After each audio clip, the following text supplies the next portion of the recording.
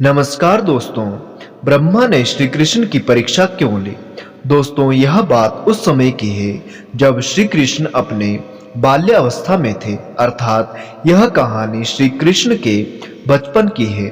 उस समय ब्रह्मा जी को पता चला कि भगवान विष्णु स्वयं श्री कृष्ण के रूप में पृथ्वी पर अवतरित हुए हैं, तो उनके मन में श्री कृष्ण के दर्शन करने का विचार आया। वह ब्रह्मलोक से पृथ्वी पर आए और देखा कि अपने सिर पर मोर मुकुट को धारण किए एक बालक गायों और ग्वालों के साथ मिट्टी में खेल रहा है।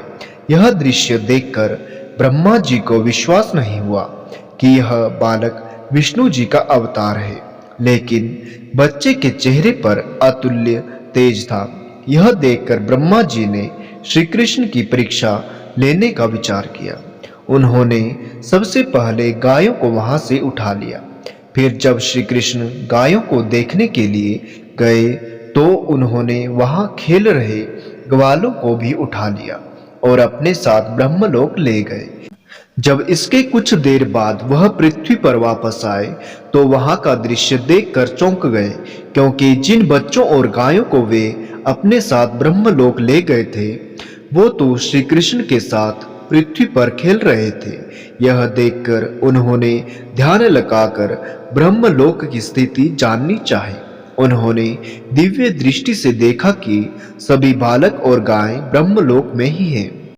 यह सब देखकर उन्हें श्री कृष्ण की लीला समझ आ गई और उन्होंने हाथ जोड़कर उनसे क्षमा मांगी।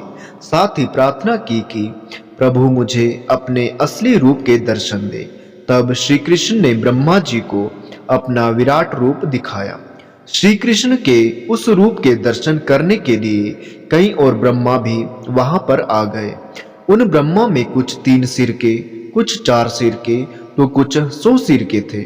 अपने अलावा अन्य ब्रह्मा को देखकर ब्रह्मदेव ने श्री कृष्ण के विराट रूप से पूछा कि हे प्रभु, यह कैसी लीला है आपकी? इस पर उन्होंने कहा कि हे ब्रह्मदेव, इस जगत में केवल आप ही एक ब्रह्मा नहीं है।